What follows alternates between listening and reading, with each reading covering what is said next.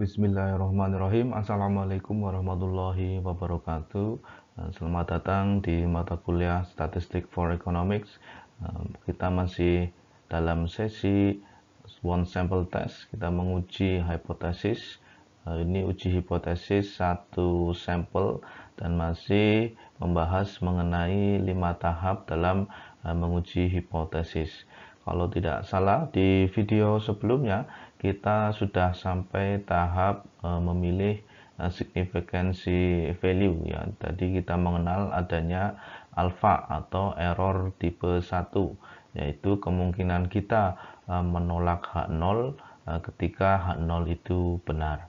Nah, pada kesempatan kali ini kita membahas langkah selanjutnya dalam menguji hipotesis, yaitu memilih alat statistik dan memformulasikan decision rule-nya, aturannya, aturan bagaimana kondisi ketika H0 itu ditolak, lalu bagaimana kondisi H0 ketika tidak ditolak. Lalu itu kita harus formulasikan decision rule-nya atau cara mengambil kesimpulannya. Nah, bagaimana caranya kita akan lihat di slide selanjutnya.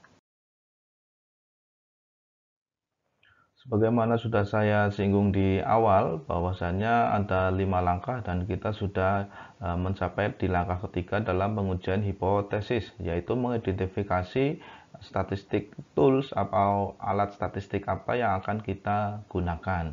Nah, karena kita menggunakan data sampel untuk melakukan estimasi mengenai pernyataan, yaitu pernyataan populasi, maka kita membutuhkan alat statistik agar hasil yang kita peroleh dapat dipertanggungjawabkan. Misalkan seperti ini, misalnya pernyataan mahasiswa FEB itu lama studinya 4 tahun 7 bulan. Nah, ini kan pernyataan mengenai populasi.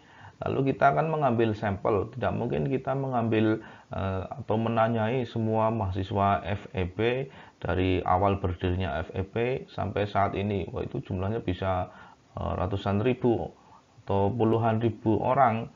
Kita tidak memiliki sumber daya, waktu, energi, dan biaya untuk melakukannya.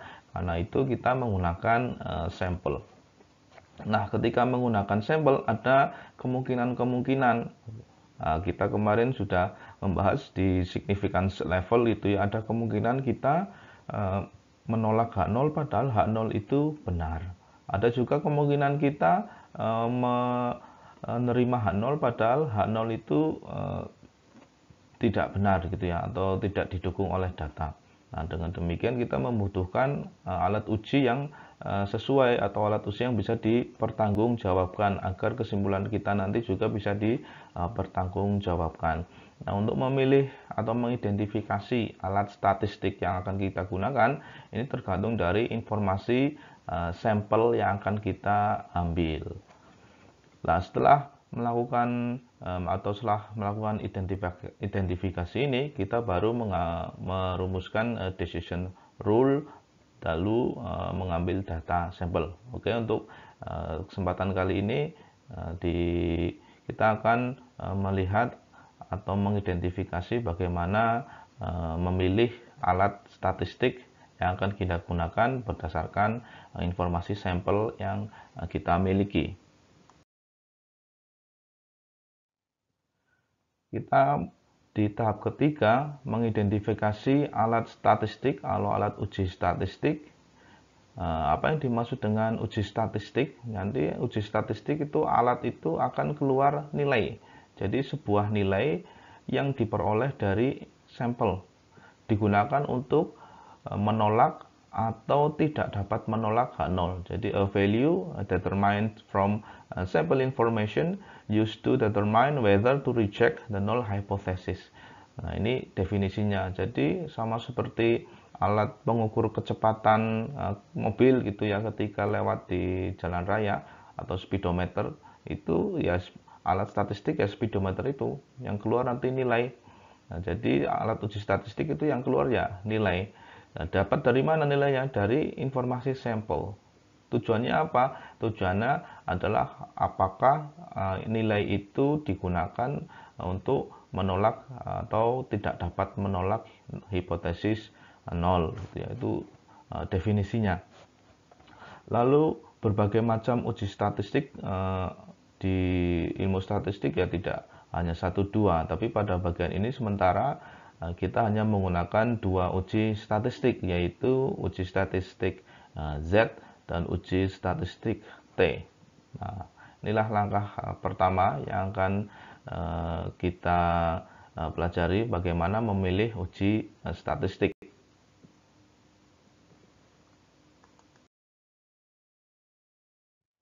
Pertama, kita kenal ada uji statistik Z gitu ya. Nah, uji statistik Z itu formulanya seperti ini. Ada X bar, ada minus, ada mu, ada dibagi dengan standar deviasi per akar N atau jumlah sampel. Jadi informasi yang dibutuhkan kalau kita mau melakukan uji hipotesis menggunakan alat uji statistik Z itu ada minimal 3 yang kita butuhkan informasinya, yaitu nilai rata-rata populasi, lalu mu, lalu nilai rata-rata sampel X bar, lalu standar deviasi dari populasi, dan N ya. Kalau N itu jumlah observasinya. Jadi nilai untuk mendapatkan nilai statistik Z itu minimal ada 3 atau 4 tadi ditambah jumlah observasi yang kita butuhkan. Nah, yang mau saya garis bawahi adalah ini. Jikalau kita memiliki informasi standar deviasi dari populasi, maka kita menggunakan uji statistik Z. Nah, bisa nggak, ada nggak kasus ketika kita tidak memiliki standar deviasi dari populasi? Ya bisa saja, karena misalkan jumlah populasinya terlalu besar. Misalkan Anda ingin menguji kadar garam air laut, misalkan kadar tingkat keasinan gitu ya, tingkat keasinan garam air laut. Populasinya kan satu laut seluruh dunia. Bagaimana kita mengukur standar deviasi dari populasi air laut seluruh dunia? Kan tidak memiliki sumber daya untuk mengukurnya. Nah, yang berarti standar deviasi dari populasi itu tidak kita ketahui. Nah, sekarang kita mempelajari bagaimana kalau kita memiliki informasi mengenai standar deviasi dari populasi. Nah, dengan demikian kita bisa menggunakan alat uji statistik Z. Untuk lebih mengetahuinya atau untuk lebih memahaminya, kita akan gunakan contoh kasus gitu ya. Kita gunakan contoh kasus untuk melakukan uji statistik Z. Nah, ini ada sebuah desa, namanya Desa Pamijen. Kita anggap Desa Pamijen ini misalkan terdiri dari banyak UMKM kreatif di sana, UMKM kreatif. Nah, UMKM kreatif ini dilirik oleh pemerintah daerah ingin bahwasannya pendapatannya ditingkatkan. Salah satu kendala dalam produksi UMKM kreatif di Desa Pamijen itu adalah permasalahan pemasaran. Misalkan mereka menghasilkan kerajinan batik gitu ya di UMKM Pamijen. UMKM-nya banyak sekali, ada lebih dari 100 misalkan. Lalu barang-barangnya bagus yang dihasilkan, memiliki seni yang tinggi, tapi penjualannya masih sedikit. Ini dikarenakan salah satu faktornya adalah promosi yang kurang viral gitu ya. Maka dari itu pemerintah daerah memberikan penyuluhan pemasaran kepada UMKM di Desa Pamijen itu berupa pemasaran online dan cara pengemasan yang baik. Nah, tujuannya apa? Tujuannya adalah meningkatkan omset dari UMKM di Desa Pamijen ini dan juga meningkatkan pendapatan UMKM di Desa Pamijen ini. Dengan demikian tujuan dari penyuluh pemasaran yang dikirim oleh pemerintah ini adalah meningkatkan omset atau penjualan dari UMKM Pamijen ini.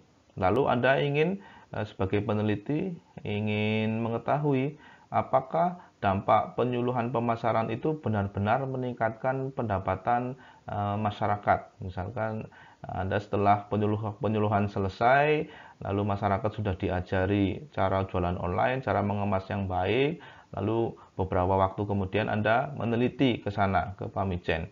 Benar enggak penyuluhan mengenai pemasaran online dan packaging itu benar-benar meningkatkan pendapatan usaha masyarakat di desa Pamijen. Lalu Anda tanya kepada pengelola desa di desanya di sana di Pamijen, Anda tanya kepada mereka rata-rata pendapatan UMKM, Anda mendapatkan informasi seperti ini.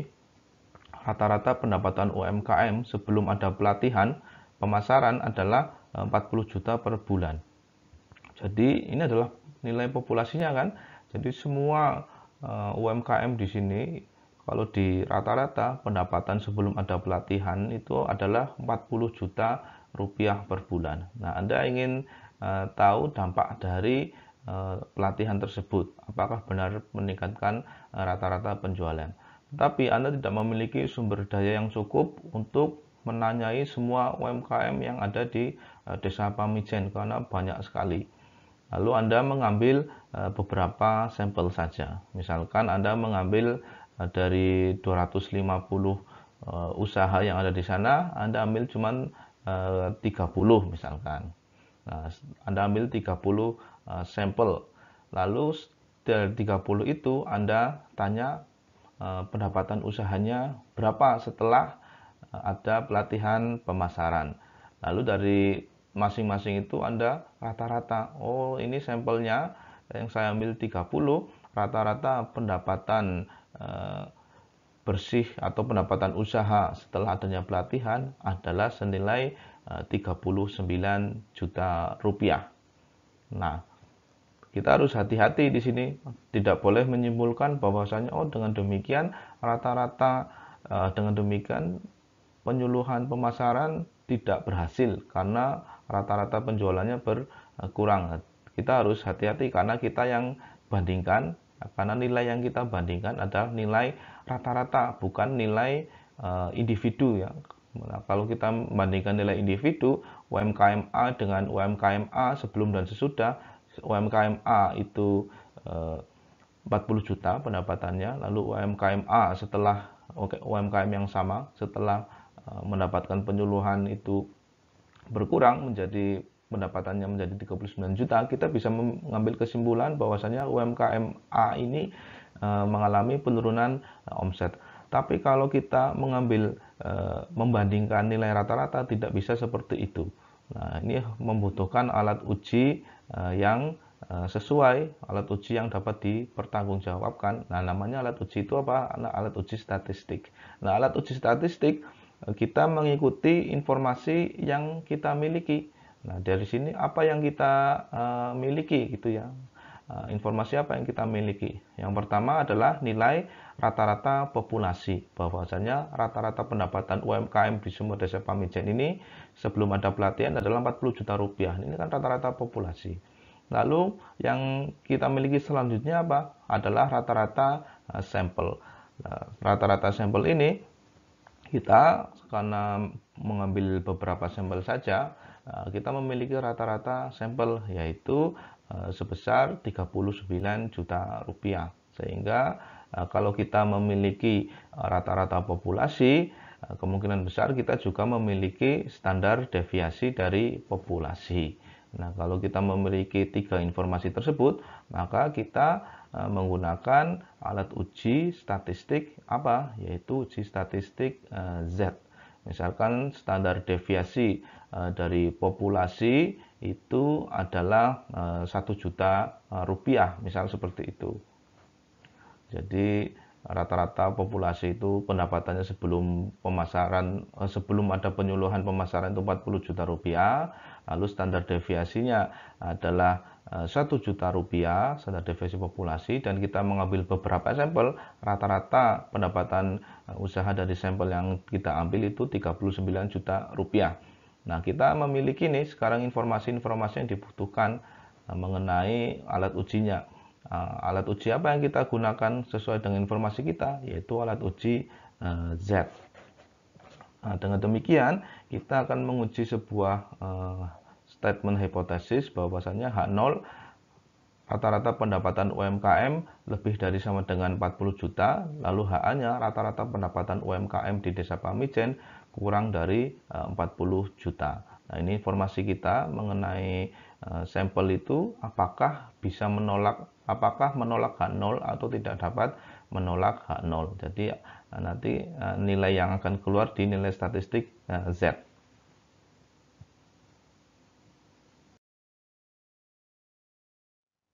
Selain alat uji statistik Z, kita juga ada alat uji statistik T. Nah, alat uji statistik T ini kalau dari formulanya kurang lebih mirip, terutama di sisi pembilangnya.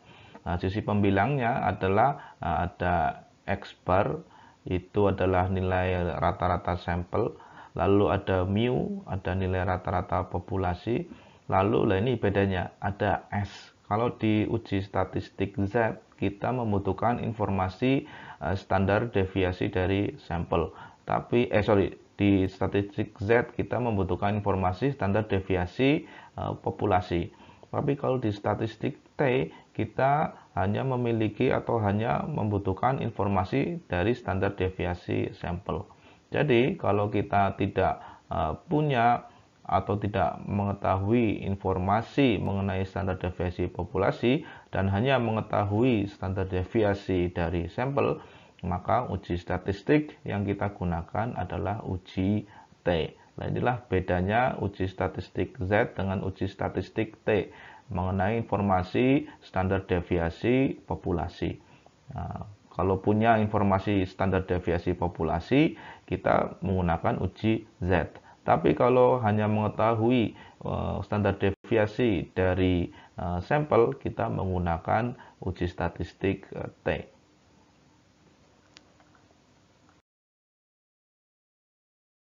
Mari kita lihat contoh menggunakan uji statistik T untuk menguji hipotesis seperti ini. Nah, ini di University of Northern Sumampir misalkan, pimpinan universitas sedang dipusingkan karena lama studi mahasiswa lebih dari 4,5 tahun.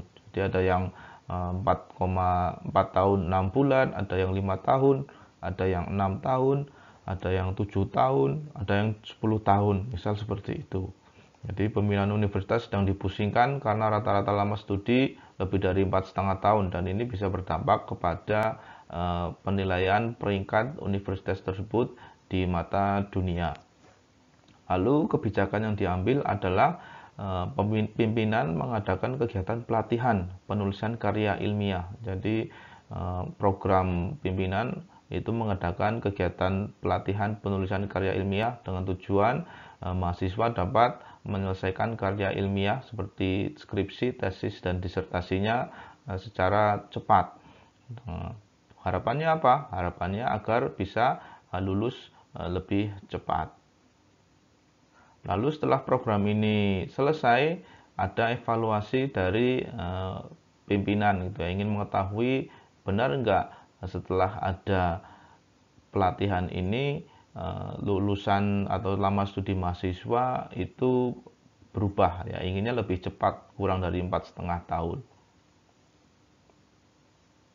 Nah, untuk menguji keberhasilan program, mungkin si pimpinan universitas ini menyewa atau meminta peneliti. Misalkan Anda diminta untuk menjadi peneliti untuk menguji keberhasilan program tersebut. Nah, tentu kita hanya bisa menggunakan sampel karena University of Northern Sumampir ini mahasiswanya banyak sekali. Ada sekitar misalkan 25.000. Lalu Anda mengambil sampel di beberapa fakultas. Nah, sampel mahasiswa Anda ambil untuk menguji keberhasilan program. Sampel tersebut ternyata menunjukkan rata-rata kelulusan mahasiswa yang Anda ambil sampel, tentu pas wisuda yang Anda ambil sampelnya, Anda tanya mereka rata-rata sampel yang Anda ambil itu nilainya 4 tahun 3 bulan. Nah, ini jadi populasinya itu 4 tahun, lebih dari 4 tahun setengah bulan, tapi rata-rata sampelnya adalah 4 tahun 3 bulan.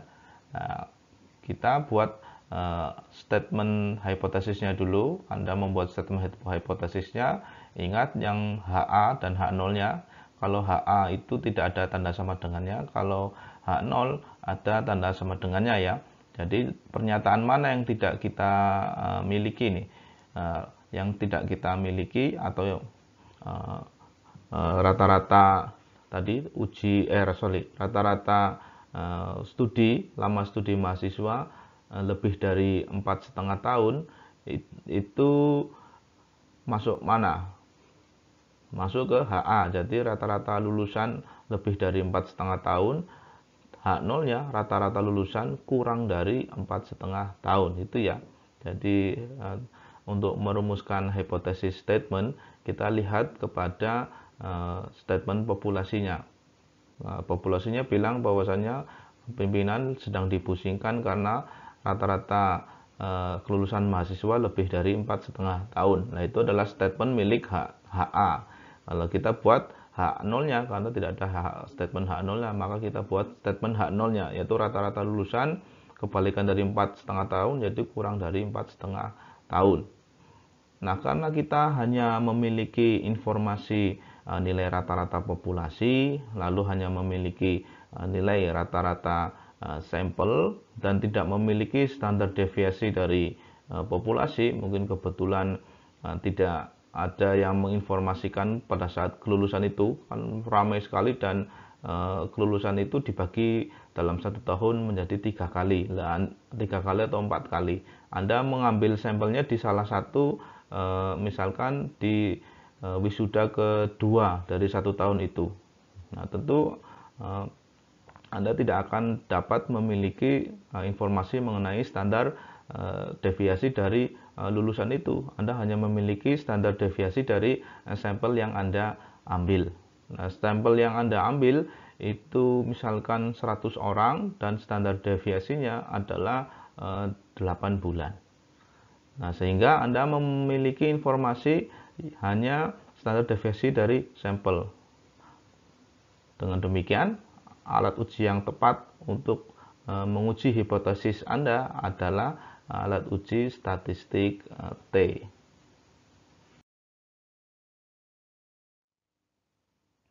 Setelah mengidentifikasi alat statistik berdasarkan informasi yang kita miliki, kita merumuskan decision rule-nya. Jadi, dalam alat uji statistik itu berdasarkan informasi tadi, kalau saya rangkum sedikit mengenai ada tidaknya informasi standar deviasi populasi.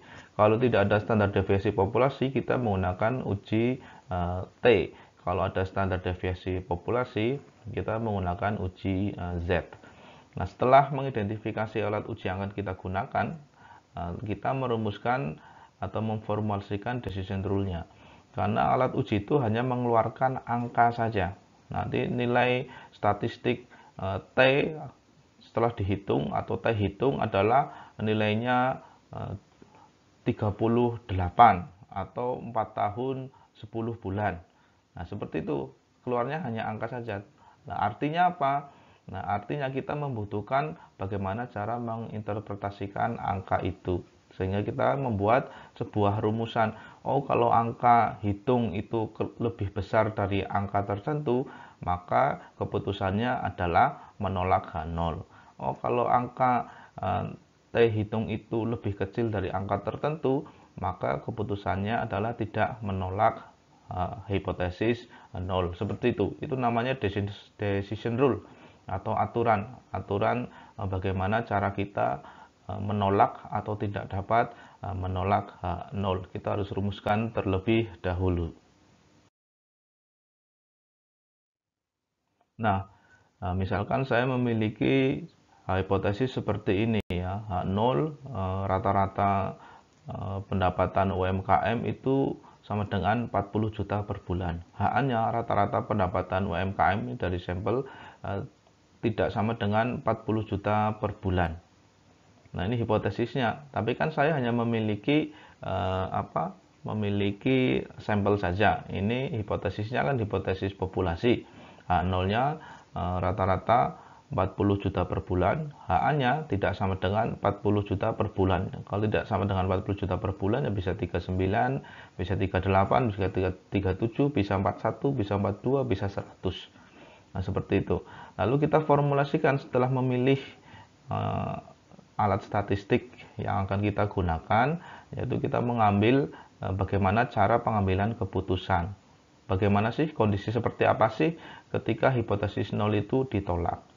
Karena yang keluar dari angka statistik itu, yang keluar dari alat uji statistik itu tadi hanya angka saja, hanya numbers gitu.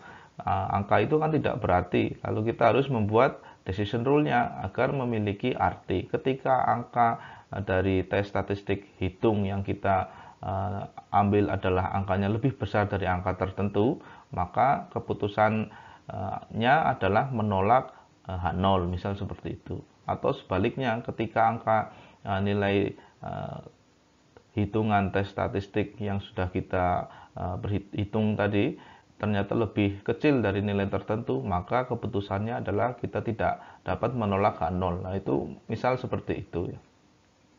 Nah, umumnya yang sering digunakan dalam ilmu statistik adalah H0 itu ditolak jika nilai statistik hitung lebih besar daripada nilai kritisnya. Jadi ini adalah decision rule-nya seperti ini. Jadi nilai statistik hitung bisa nilai T hitung, bisa nilai Z hitung berdasarkan informasi yang kita miliki. Jikalau nilai statistik T hitung atau Z hitung lebih besar dari nilai kritisnya, maka H0 atau hipotesis 0 kita tolak. Nah, ini kata kuncinya ya dalam merumuskan decision rule, dalam merumuskan cara pengambilan keputusan. Jadi jikalau nilai statistik hitung lebih besar dari nilai kritisnya, kita menolak H0. Yang jadi masalah di sini, nah ini ada 3 kemungkinan bentuk nilai statistik hitung lebih besar daripada nilai kritisnya. Ada kemungkinan 3 bentuk ini. Di bentuk yang pertama, di sini nilai kritisnya ada di 2 sisi. Jadi kalau ini ada bentuk distribusi probabilitas dari statistik Z atau T gitu ya. Ini bentuknya seperti gunung, yang paling puncak itu kalau ditarik ke bawah itu nilainya 0. Jadi ke kanan itu positif, ke kiri gunung itu nilainya negatif. Nah, dari sisi kanan yang positif di angka 1 ini, nah ini kan nilai kritisnya berarti positif. Lalu sisi kiri nilai kritisnya negatif. Tadi katanya menolak H0 ketika nilai kritisnya lebih besar, ketika nilai hitungnya lebih besar daripada nilai kritis. Sekarang kalau nilai kritisnya itu 2, lalu nilai hitungnya adalah -3, pada gambar 1, kita itu ada di mana? Apakah ada di area tidak menolak H0 yang putih atau area menolak H0 yang kuning ini? Nah, tergantung dari gambar yang kita miliki kan. Misalkan di gambar kedua nih. Di gambar kedua nilai kritisnya adalah 2. Lalu hasil perhitungan kita itu adalah -2 atau -4. Nah, di -4 ini, jikalau kita di gambar 2, berarti -4 itu lebih kecil dari nilai kritisnya, padahal ada di area tidak menolak H0. Padahal di gambar 1, itu nilai kritisnya ada 2 dan -2, dan nilai hitung kita, nilai statistik hitung kita adalah 4. Nilai 4 itu ada juga di atau lebih besar dari -2 atau berada di area tidak menolak H0 di gambar 1. Jadi nilai kita itu -4 jikalau di gambar 1 itu lebih besar dari nilai kritis, yaitu minus 2, lalu di gambar 2 minus 4 itu berada di area tidak menolak H0 karena lebih kecil dari 2. Nah, ini kan bisa memiliki kesimpulan yang berbeda. Jadi penting sekali untuk menentukan bahwasannya dalam merumuskan decision rule ini kita itu ada pada bentuk yang mana dari hipotesis yang kita buat. Apakah gambar yang satu, gambar yang dua, atau gambar yang ketiga. Jikalau gambar satu, hipotesis kita, uji hipotesis kita disebut uji hipotesis dua sisi. Jikalau kita ada pada gambar kedua dan ketiga, yaitu hipotesisnya namanya uji hipotesis satu sisi. Di gambar yang kedua disebut sebagai uji hipotesis satu sisi, sisi kanan atau one tail test right side. Lalu sisi yang ketiga, gambar yang ketiga adalah uji hipotesis satu sisi bagian kiri. Nah, sekarang dari ketiga bentuk ini, hipotesis yang akan kita buat, yang telah kita buat itu masuk kepada gambar yang mana, sehingga kita tidak salah dalam merumuskan atau mengambil keputusan. Menentukan sebuah uji hipotesis itu masuk ke dalam uji hipotesis satu sisi atau dua sisi, kita lihat kepada hipotesis alternatifnya. Misalkan kita memiliki uji hipotesis seperti ini, H0 rata-rata sama dengan 40 juta, HA-nya rata-rata tidak sama dengan 40 juta. Kita lihat hipotesis alternatifnya, yaitu tandanya tidak sama dengan. Kalau ada tanda tidak sama dengan di hipotesis alternatif, maka ini adalah uji hipotesis dua sisi. Nah, uji hipotesis dua sisi ini memiliki dua nilai kritis, bentuknya seperti ini. Memiliki dua nilai kritis, yaitu nilai kritis positif sisi kanan dan nilai kritis negatif di sisi kiri. Jikalau nilai statistik hitungnya lebih besar dari nilai kritis di kedua sisi, bisa lebih dari 2 pada contoh ini, dan kurang dari minus 2, lebih dari 2 ya 2,1, 2,2, 3, 4, 10, kurang dari minus 2, minus 3, minus 4, dan seterusnya, maka kita bisa menolak H0. Sebaliknya, jikalau nilai hitung kita lebih kecil atau di antara 2 dan minus 2, maka kita tidak dapat menolak H0. Dengan demikian, decision rule pada uji hipotesis dua sisi, yaitu bagaimana kondisi Anda menolak H0, akan menolak H0 jika nilai statistik hitung lebih besar dari 2 dan lebih kecil dari minus 2. Nah, ini kita merumuskan decision rule-nya pada uji hipotesis dua sisi. Jikalau nanti nilai hasil statistik hitungnya bisa menggunakan Z atau T tadi, alat statistik yang kita gunakan itu ternyata nilainya adalah 3 dan nilai kritis dengan menggunakan sampel yang ada itu adalah 2 misalkan, maka kita 3 lebih besar dari 2. Dengan demikian kesimpulannya apa? Kita menolak H0. Nanti kita akan menggunakan cara dari awal sampai ke step terakhir di pertemuan atau di sesi berikutnya, yaitu mengenai bagaimana kita menguji hipotesis. Nah, pada saat ini kita merumuskan decision rule-nya dulu. Jadi pada dua sisi, saya ulangi lagi, kalau pada uji hipotesis dua sisi itu ada dua nilai kritis. Selanjutnya, bagaimana kalau kita memiliki hipotesis seperti ini? H0-nya rata-rata kurang dari sama dengan 4,5 tahun dan HA-nya rata-rata lebih dari 4 tahun misalkan. Dengan demikian kita lihat untuk mengetahui apakah ini uji hipotesis satu sisi atau dua sisi, melihat kepada hipotesis alternatifnya. Kalau tandanya itu bukan tidak sama dengan, lebih dari atau kurang dari, maka itu adalah hipotesis atau uji hipotesis satu sisi. Pada contoh ini, rata-rata di hipotesis alternatifnya menunjukkan rata-rata lebih dari sama dengan tertentu, ya, nilai tertentu. maka uji hipotesisnya adalah uji hipotesis satu sisi atau one tail test sisi kanan.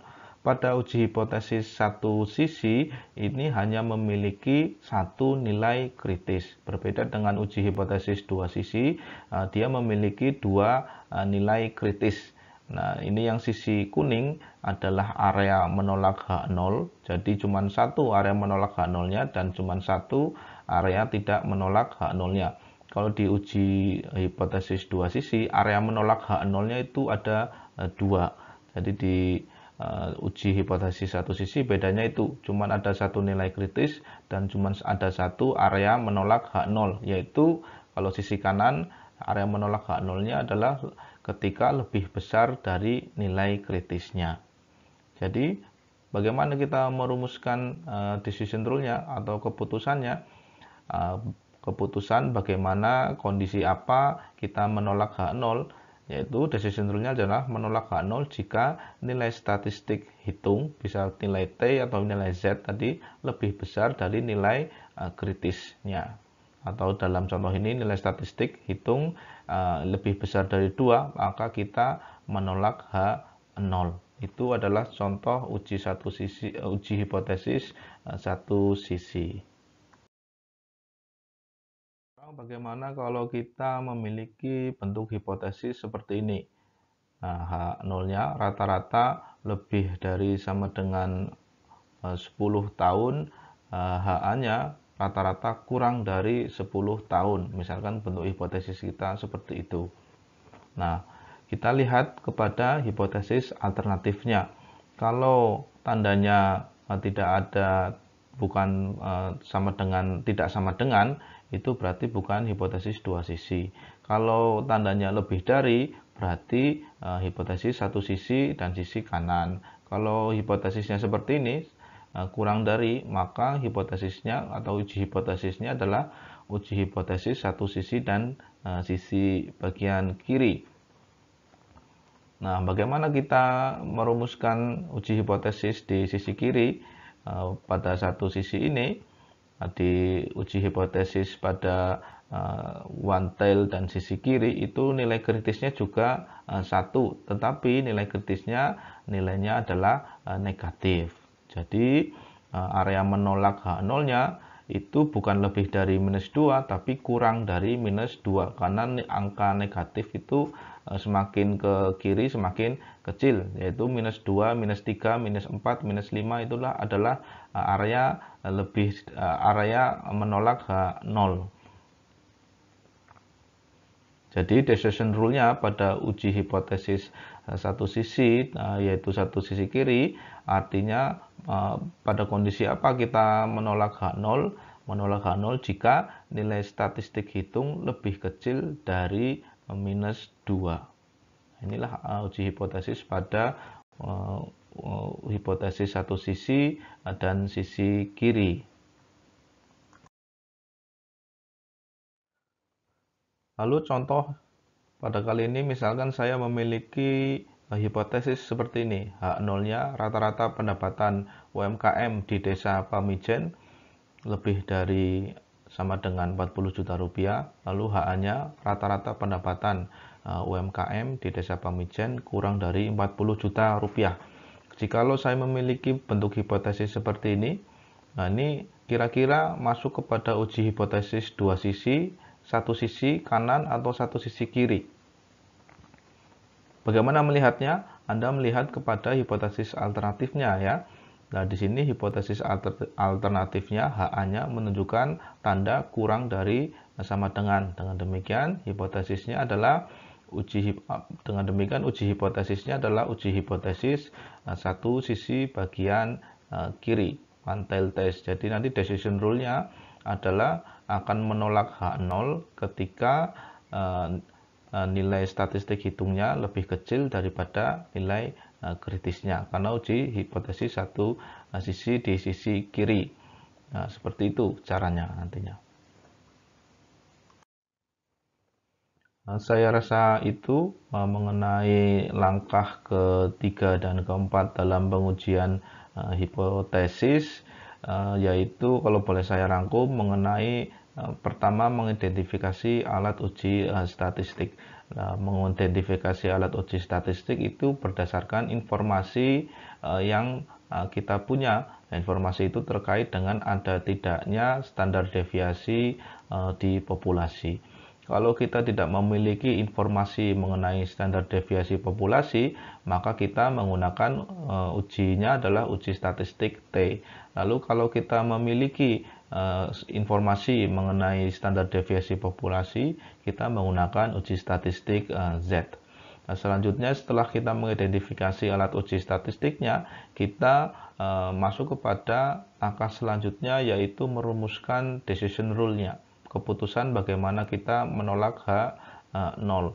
Nah, ini keputusan menolak H0 kita tergantung tadi hipotesisnya juga yang kita buat. Uji hipotesis kita itu masuk ke dalam bentuk dua sisi, satu sisi atau satu sisi kanan atau satu sisi kiri. Nah, untuk menentukannya kita melihat kepada bentuk dari statement hipotesis alternatifnya. Nah, saya rasa itu semoga bermanfaat. Di sesi selanjutnya, mari kita akan belajar mengenai penggunaan 5 langkah ini dalam menguji hipotesis pada contoh-contoh kasus, gitu ya. Nah, semoga bermanfaat. Wassalamualaikum warahmatullahi wabarakatuh.